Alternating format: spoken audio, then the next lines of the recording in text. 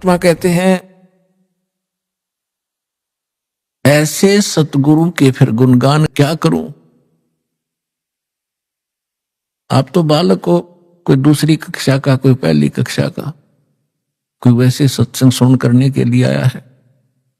लेकिन जब आप इस अध्यात्म ज्ञान से परिचित हो जाओगे, आपकी आंखों से आंसू पड़ा करेंगे। कोठी और कार होगी, मोटरसाइकिल होगी, कोई व्यवसाय बन गया छोटा सा, या कितने कोई अधिकारी लग गया, तो परमात्मा याद दिलाना चाहते हैं कि ये सुख तो थोड़े से दिन का है, 10-20 वर्ष का। रिटायर होने के बाद फिर उसकी आंख भी खुल जाती है, या क्या बनेगी तेरे साथ में है। कोई ड्राइवर भी ना मिलता है IAS IPS को, न्यू अंडे सैर सपट्टे करते हो पार्का में, ना घर के सुने, बहु गाड़ दे जाते ही सारी तनख्वाह बच्चे ले लें। क्योंकि जो बैटरी जब तक चार्ज रही, पिछले पुन थे, तब तक तो वो खूब प्रभु पाक रहा था। और जब वो डिस्चार्ज हो गया, अगर चार्जर है नहीं, भक्ति ठीक करी नहीं, तो कहते हैं संशय शोक सराय में सूतक दिन राती, और जीवत जग में जूते पड़े फिर जम तोड़े छाती। इनके लिए यही बुरा हाल हो लेगा बुढ़ापे में। यहां जीवत जग में जूते पड़े और फिर जम तोड़े छाती। यम के दूत फिर आगे इनकी छाती तोड़ेंगे, इनको कूटेंगे गिर के, और फिर 84 लाख योनियों में ठोके जाएंगे। तो यहां परमात्मा कहते हैं 7 समंदर की मसीह करूं, लेखनी करूं बन राय, धरती का कागज करूं, गुरु गुण लिखो न जाए। ऐसे सतगुरु का, संत का गुण लिख कर देखो, पूरी पृथ्वी का कागज बना लूं, 7 समुद्रों का इंक बना लूं शाही, और सभी वृक्षों की कलम बना लो, काट काट कर छोल छोल कर, कितनी बन जाएंगी हिसाब लगा लो। और ये सारी खत्म हो जा, धरती जितना कागज भी समाप्त हो जाए, 7 समुद्रों की इंक भी, शाही भी खत्म हो जा, और सब कलम भी घिस जाए, तो भी नहीं लिखा जा सकता। तो पुण्यात्माओं, परमात्मा कहते हैं भाई गुरु मानुष कर जानते, के नर कहिए अंध, ओए दुखी संसार में अग काल के फंद। फिर क्या बताते हैं परमात्मा, सतगुरु के सिजदा करूं, कर्म छुटाए कोटि, और जो सतगुरु की निंदा करे, फिर जम तोड़ेंगे ओठ। कि ऐसे महापुरुष ने, जिसने हमारे को कितने पापों से बचा दिया, बीड़ी शराब मांस तमाकू के अवगुण बताकर उनसे छुटकारा दिलवाया, और ऐसे अनमोल भगवान की पहचान कराई, और ऐसा अनमोल मंत्र दे दिया जो आज तक ऋषि महर्षि और ब्रह्मा विष्णु महेश के कान भी नहीं पड़ा। तो फिर कहते हैं सतगुरु के सिजदा करूं, जिसने कर्म छुटाए कोट, करोड़ों कर्मों से बचा दिया। और जो ऐसे सतगुरु की निंदा करे, उसको घोर पाप लगता है, अर्थात वो फिर इतनी सजा का पात्र बनता है, जम यम के दूत उसके होठ तोड़ेंगे।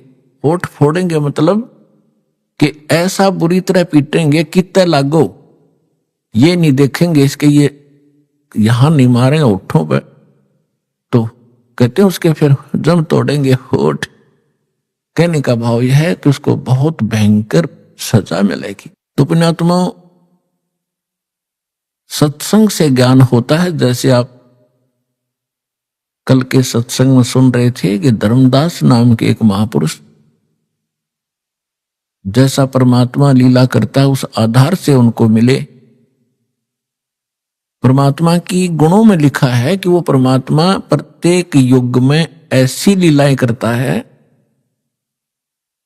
सतलोक में रहता है, सचखंड में अविनाशी स्थान, शाश्वत स्थान पर रहता है, वहां उनका ठिकाना है। परमात्मा मनुष्य दृश्य। आज तक ये हमारे ऋषि महर्षि हमें ये निर्णय करके नहीं दे सके कौन तो भगवान है और कैसा उसका आकार है और कहां रहता है।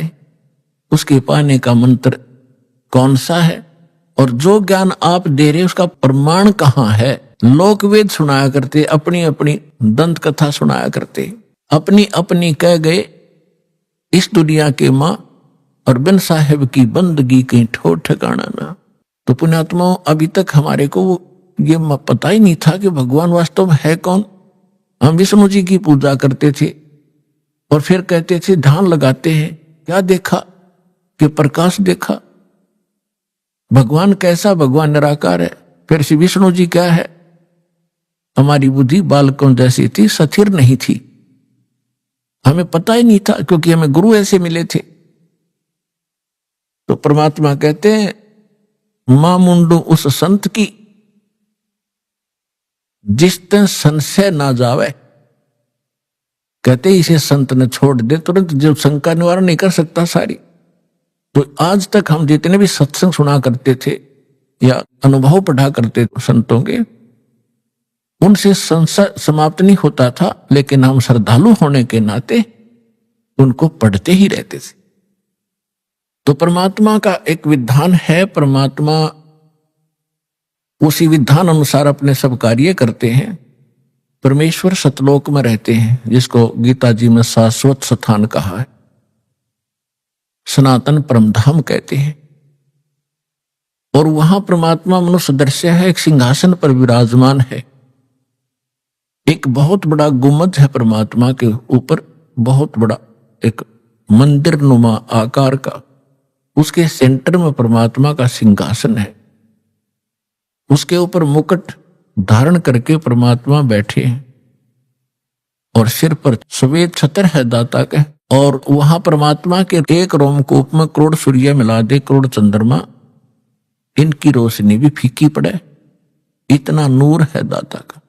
यहां आते हैं तो शोभा को कम कर लेते हैं, हल्का तेज पुंज का शरीर बना लेते हैं, सरल करके आते हैं। यदि वो इसी रूप में यहां आ जाए तो हमारी चरम दृष्टि देख नहीं सकती, जैसे उल्लू सूर्य को नहीं देख सकता। इसलिए परमात्मा एक अपने तेज पुंज का हल्का शरीर बनाकर आते हैं, और वो मनुष्य दर्श तो है ही है, अपने एज इट इज रूप में हमसे मिलते हैं, बातें करते हैं, लेकिन हमारे को ज्ञान गलत प्राप्त होता है, परमात्मा की डेफिनेशन गलत हमने ग्रहण कर रखी होती। इसलिए हम भगवान को निराकार मानते रहते हैं, उनको संत मान करके फ्री कर देते थे। तो धर्मदास जी को सतगुरु मिले, पहले वो भी ऐसे भ्रमित थे, लोकवेद के आधार से साधना कर रहे थे। परमेश्वर कबीर साहब जी कहते हैं, जब आपको ये अध्यात्म ज्ञान होगा तो आप क्या कहोगे, पीछे लग गया जाऊं था मैं लोकवेद के साथ, रस्ते में सतगुरु मिले दीपक दे दिया हाथ। लोकवेद होता है दंत कथा, अक्षेत्रीय ज्ञान, जिस क्षेत्र में जैसी परंपराएं जैसी साधना होती है उसको लोक वेद कहते हैं। वो सबके मुंह पर चढ़ा हुआ होता है कि ये भगवान है, ये भगवान है। चाहे को किसी भी देव को पूज रहा है, या कोई मजार पूज रहा है, या किसी की यादगार पूज रहा है, उन्हीं को सत्य मान रहे हैं। तो परमात्मा कहते हैं कि हम पहले हमारे लिए कह रहे हैं, वो तो मालिक थे। जैसे दास पहले भगवान विष्णु जी का पुजारी था, और साथ में शंकर जी को भी पैरेलल आदर दिया करते थे। हनुमान जी का विशेष पुजारी था, और भी अपना जो परंपरागत देवता बाबा श्याम जी या नारी पूजा थी। तो ये लोक वेद के आधार से हम साधना कर रहे थे, ये यथार्थ भक्ति मार्ग और ज्ञान नहीं था।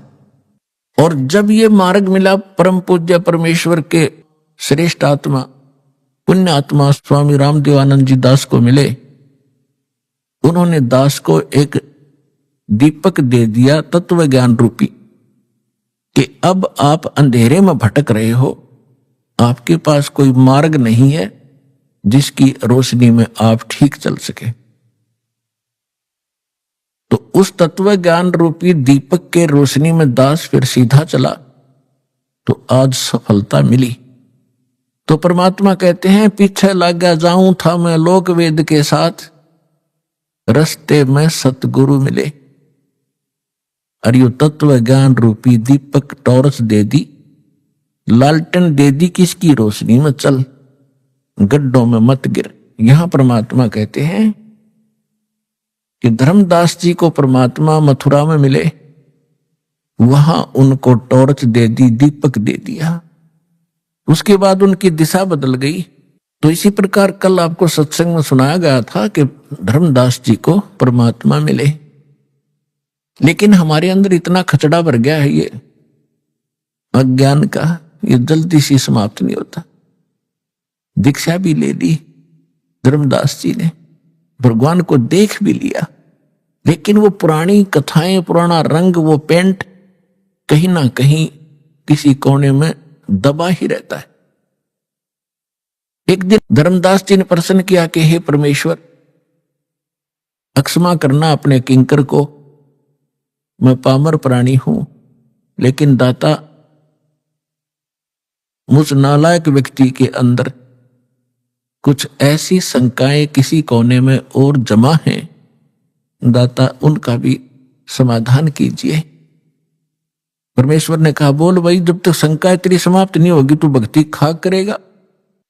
उसने कहा भगवान देखो, आप कहते हो कि भगवान विष्णु, भगवान कृष्ण, भगवान श्री राम,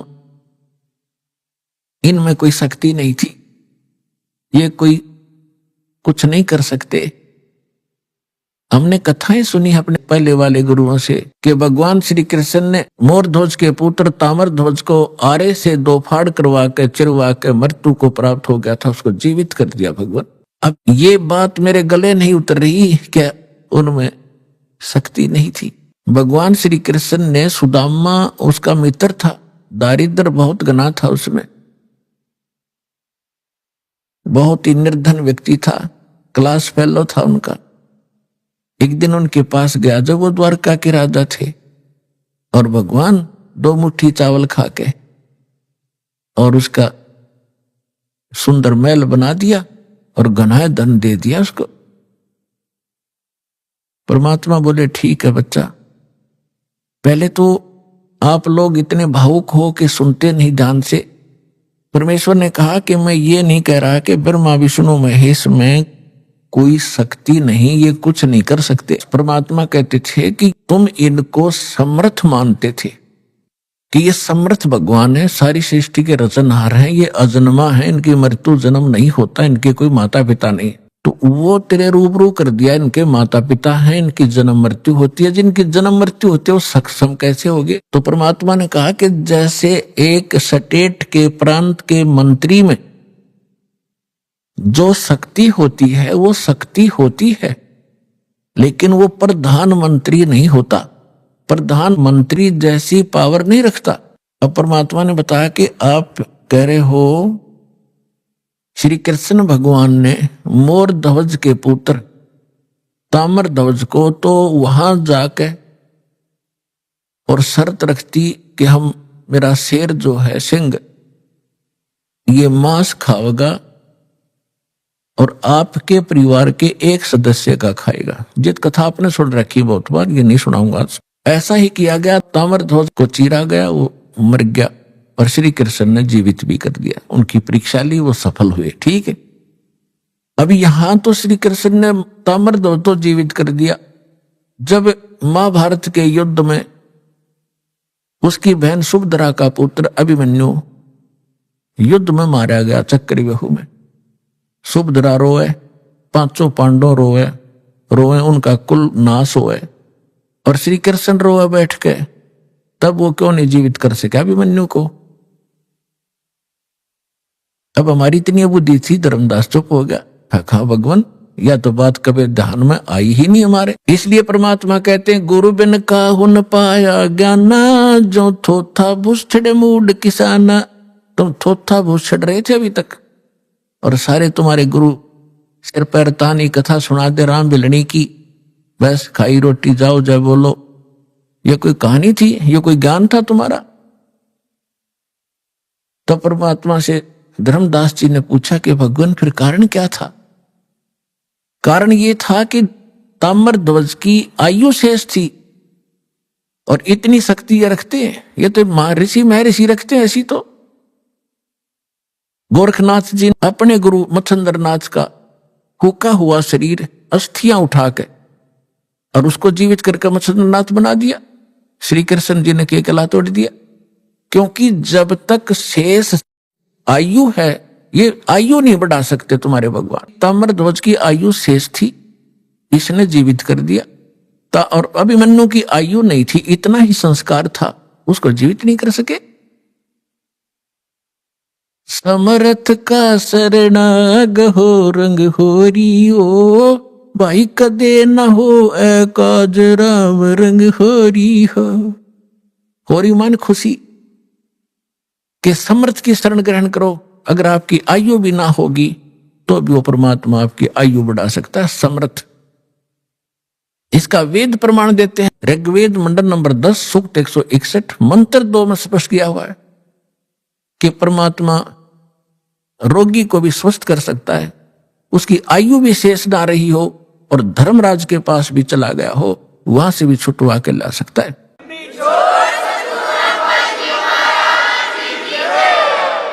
और उसको आगे और भी 100 वर्ष की आयु जीने के लिए वो दे सकता है। अब इसके लिए थोड़ा उदाहरण देते हैं। एक समय सिकंदर लोधी दिल्ली के बादशाह को एक भयंकर रोग हो गया, क्योंकि सिकंदर लोधी जो था एक क्रूर राजा था, मुसलमान धर्म में जन्मा था, जिस कारण से अपने काजी और मुल्लाओं के द्वारा बताए गए आधार से वो बाई फोर्स मुसलमान बनाता था हिंदुओं को, और राजा होकर और भी बहुत भेदभाव रखता था हिंदू और मुसलमानों में। तो जिस कारण से उसको दंड अपने किए का भोगना तो था ही। उसको एक ऐसा रोग हो गया, ऐसा जलन का रोग बन गया कि उसने सारा इलाज करा लिया, अपने मौलवियों से, काजियों से, मुल्लाओं से, सब दरगाहों पर मन्नत मान ली, सारी क्रियाएं कर ली, बलि चढ़ा ली। फिर हिंदू धर्म के भी जो धार्मिक गुरु थे उनसे भी क्रियाएं करवा ली, अवंताएं करवा लिया, और साथ में बड़े से बड़े वैद्य पूरे उसके राष्ट्र में जहां भी किसी वैद्य का नाम सुना उसी को पकड़ लाए और आके कह दिया कि मुंह मांगा पैसा देंगे, मेरा रोग खत्म हो। तो वो वैद्य कहते हैं जी हम ऐसी औषधि इस रोग की दे रहे हैं कि अग्नि को भी बुझा देंगे, आपको तो जलन है सिंपल, लेकिन आपका ये दवाई काम नहीं कर रही, हम भी हैरान हैं। तो पुण्यात्माओं, औषधि का काम अपने सत्र का होता है, और संस्कार जब जीव के बिगड़ जाते हैं औषधि रिएक्शन करना लग जाती है। और जब आपको सही शरण मिलती है परम संत की, परमात्मा पूर्ण की, और अब भक्ति दी जाती है, तो भक्ति आप करने से फिर वही मेडिसिन काम करने लग जाती है, और बगैर मेडिसिन के भी परमात्मा ठीक कर सकता है। वो आपकी श्रद्धा पर निर्भर करता है।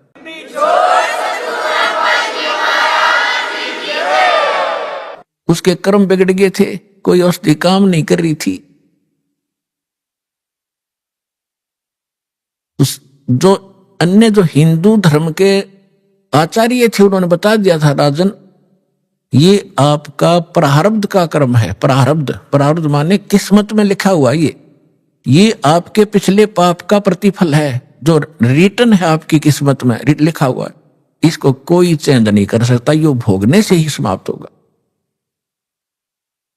लेकिन बेसिक ऐसा कुछ बता भी दिया जाता है, लेकिन दुख में आदमी रुकता नहीं, फिर भी प्रयत्नशील रहता है। उससे पहले एक घटना घटी थी उसके साथ। परमेश्वर कबीर जी जब आए हुए थे बनारस में, एक दानक के रूप में, जुलाहे के रूप में लीला कर रहे थे, तो उस समय वो यही ज्ञान दिया करते। तो दास उस परमेश्वर का बोला हुआ आज आपको सुना रहा है। हिंदू और मुसलमानों को जो दास आज बता रहा है, परमात्मा 600 वर्ष पहले सुनाया करते थे। उस समय आप शिक्षित नहीं थे, जिस कारण से परमात्मा के साथ बहुत घनी बदतमीजियां हमने करी और हमारे गुरुओं ने करवाई। वो ये कहा करते ये धानक है, दुल्हा है, ये सदग्रंथों को जानता नहीं क्योंकि ये संस्कृत पढ़ा नहीं, और संस्कृत पढ़े बिना सदग्रंथ समझ नहीं आती, सारी झूठ बोलता है। तो हमारे यह बात पक्की जचेगी कि कबीर जी अशिक्षित हैं, ये सदग्रंथ नहीं जानते, झूठे बोलते होंगे। तो आज परमात्मा ने सबसे पहले आप पर रहम कराया। 1947 में भारत आजाद हुआ, 1951 में दास को यहां भेजा, उसके बाद फ्लड आ गई शिक्षा की हिंदुस्तान में। नहीं, हमने हमारे उस समय मुझे मालूम है हमारी 2 सिस्टर तो बगैर पढ़ाई छोड़ दी कि ना हम नहीं पढ़ाएंगे। लड़कियों को तो आसपास भी नहीं, लड़के भी हमारी नंबर आया था पढ़ने का, उससे पहले सभी अशिक्षित थे।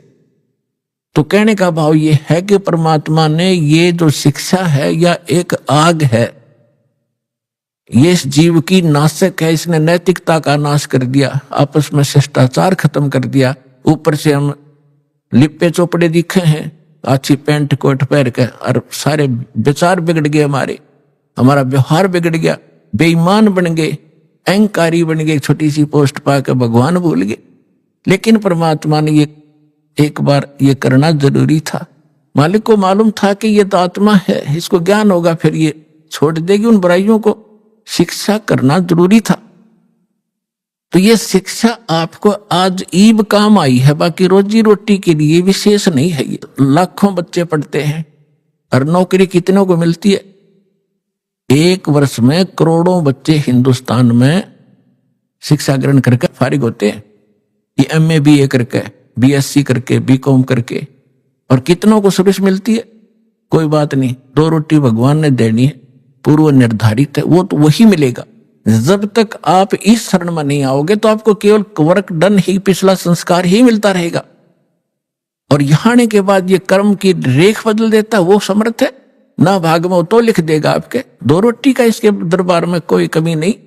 कमी रहेगी तो आपकी नीयत में रहेगी, आपकी श्रद्धा में रहेगी। तो उस समय परमात्मा ये ज्ञान सुनाया करते थे। हिंदू और मुसलमानों के जो पीर गुरु थे परमात्मा के दुश्मन बन गए कि ये तो हमारे धर्म का विरोधी है, ये ब्रह्मा विष्णु महेश को नासवान बताता है, इनके माता पिता बताता है, ऐसा करता है। ऐसे काजी और मुल्लाओं को परमात्मा लताड़ा करते थे कि तुम साधना गलत बता रहे हो। उनको कहा करते थे, एक मुल्ला मस्जिद में कुके, एक पुकारे बोका, इनमें कौन सिरे को जागा, हमको लगा धोखा। अब तुम बकरीद बनाते हो, बकरे को हलाल करते हो, एक बकरा तो वहां मिमा रहा है, अपनी जान जा रही है, रो रहा है, म्या म्या कर रहा है, और एक मुल्ला कूक रहा है मस्जिद में, हे अल्लाहु अकबर, हे अल्लाहु अकबर, इस बकरे की रूह को स्वर्ग में स्थान देना। जैसे उस मुल्ला के बाप का नौकर है वो भगवान, उसके कहने तो उसने स्वर्ग में भेज देगा उस बकरे की आत्मा ने। परमात्मा कहते हैं, जय यारू तय भिष्ट पिठाई तो कर तदबीर कबीला भाई। अगर तुझे डेफिनेट कॉन्फिडेंस है इस बात का कि ऐसी क्रिया से ये बकरे की आत्मा भिष्ट में चली जाती है, तो अपने परिवार ने करके दिखा, तो किसी एक इस तरह भेज उसको स्वर्ग में। तो इस तरह की परमात्मा की कड़वी सच्चाई को वो बालक सहन नहीं कर सके, विरोधी बन गए। इसी प्रकार हिंदुओं को समझाया करते थे कि पांडे निपुण कसाई संतो, ये पांडे निपुण कसाई, ये बलि चढ़वाओ देवी कह के, काली कह के, भैरव कह, और ये गलत साधना बता रहे तुम्हारे को, शास्त्र विरुद्ध साधना दे। तो दोनों दुश्मन बन गए। और परमात्मा इन मुसलमानों को कहा करते और हिंदुओं को कहते थे, नहीं है दारमदारा, वहां तो नहीं है दारमदारा, उस दरगाह में धर्म राय है, लेखा लेगा सारा, मुल्ला कुक के बंग सुनावे ना बेरा करतारा। और फिर परमात्मा हिंदुआं ने कहा करते थे कि वेद पढ़े पर भेद न जाने, ये बाँचे पुराण 18, और जड़ के आगे भोजन धर्या और भूल गया सृजनारा। एक पत्थर के मूर्ति का भोग लगाता फिर है, और भगवान ने भूला बैठा है, और बात कर मैं वेद का ज्ञाता हूं। खाक पड़ा तुमने वेद, वेद में लिखा कहीं ऐसी क्रिया करो। तो इससे वो सब क्षुब्ध हुए और विरोधी कर दिए सारे मुसलमान, उन पीरों और मुल्ला और काजियों ने कि कबीर काफिर है, हमारे धर्म की तौहीन करता है, ये मांस खाने को भी मना करता है, हमें राक्षस बताता है। एक दिन सिकंदर लोधी चला गया वहां पर बनारस में, काशी में, क्योंकि वो पूरा सम्राट था। दिल्ली के बादशाह के अंतर्गत सभी छोटे नरेश नवाब आते थे। तो वीर देव सिंह बघेल काशी का नरेश था। वो राजा सम्राट यानी दिल्ली के बादशाह के अंतर्गत था, जैसे आजकल अन्य स्टेट हैं, लेकिन सेंटर में हमारे प्रधानमंत्री के अंतर्गत आते हैं। ऐसा वो प्रधानमंत्री समझ लो उस समय। तो वहां जाते रहते थे, अपने अन्य नवाबों के पास कुछ टैक्स वैक्स लेते थे वहां से, और उन वहां की पब्लिक की कुछ ग्रीवेंसेज भी सुना करते थे। मुल्लाओं को, काजियों को पता चला कि हमारा बादशाह आया है मुसलमान, क्योंकि वो हिंदू था इसलिए वो उसको कंप्लेंट नहीं कर पा रहे थे कि ये नहीं सुनेगा हमारी बादशाह आ गया। सारे मुल्ला काजी इकट्ठे होकर हजारों की संख्या में जाकर लागे नारे लान। सिकंदर लोधी ने पूछा, भाई बताओ क्या बात है? उन्होंने बताया, जी एक काफिर है हिंदू, नाम कबीर है, जुल्हा के घर जन्म है, और वो हमारे धर्म की बेइज्जती करे, अपने आप को भगवान बताता है। वो कहता है हम या लखला है कुतुब गोस और पीर, गरीबदास खालिक दनी, हमारा नाम कबीर, मैं वो अल्लाह अकबर हूं। भगवान ऐसा कहता, हमारा तो जीना हराम कर दिया है, हमारी तकती नाक काट दी उसने। अब सिकंदर लोधी ने कहा कि लाओ पकड़ के, तो 10 सिपाही लाए पकड़कर परमात्मा को। और सिकंदर लोधी राजा था। राजा लोग पिछले पुण्यकर्मों से ही बनते हैं, इनके अंदर जगह होती है, भगवान से थोड़ा सा डर भी होता है। तो उसने सोचा साधु संत फकीरों को बेमतलब दुखी नहीं करना चाहिए, लेकिन जनता के सामने राजा विवश होता है, अगर इसको कोई दंड नहीं दूंगा तो ये लोग मेरा विरोध करेंगे। इसलिए उसने कहा कि आप अपने आप को खुदा कहते हो। हमारे हजरत मोहम्मद जी ने एक गाय को मारकर वचन से और जीवित कर दिया था। यदि तू अल्लाह है और यह अल्लाह का रसूल है, पैगंबर है, तो इस गाय को हम कत्ल करेंगे, इसको जीवित करना। तो वहां पूरी सभा के अंदर एक गाय कत्ल कर दी। गर्भवती गाय थी, 4 टुकड़े हो गए मां बेटों के। और सिकंदर लोधी ने कहा कि अब करके दिखा जीवित इसको, नहीं तो तेरी गर्दन काट दूंगा। परमात्मा बोले कि किसी भगवान की या किसी परमात्मा के रसूल की ये पहचान नहीं है कि वो मुर्दे ही जीवित कर दे, तभी उसको पहचाना जाता है। उसकी और भी अन्य बहुत पहचान होती है। तो सिकंदर लोधी कहता है, मैंने जो कहा वो कर, अन्यथा अगर तलवार निकाल ली। परमात्मा उठे, एक थपकी गाय का लगा दी, एक बच्चे का।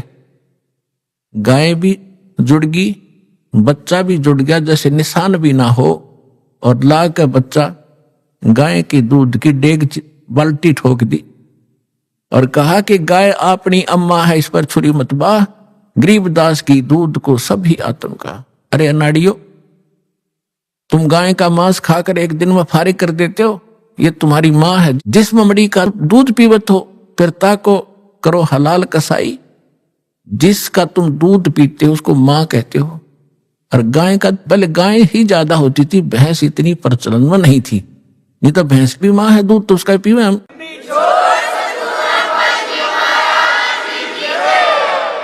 और फिर तुम इसका दूध पीते हो, फिर इसको मारकर खाते हो, तुम्हारी दया को चोर ले गए। तो उस समय सब कांपे खड़े खड़े, क्योंकि ऐसा चमत्कार। सिकंदर तक कांपे, सन्नाटा छा गया। सारे जो बकवास कर रहे थे, जो नकली ढेड थे वो तो चले गए, वो जो मुखिया थे, शेष जितने वहां लाखों हजारों लोग इकट्ठे थे, सबने पर जय जयकार करी कबीर भगवान की और दीक्षा ली उस परम पिता से और अपना कल्याण करवाया। सिकंदर लोधी ने चरणों में लेट कर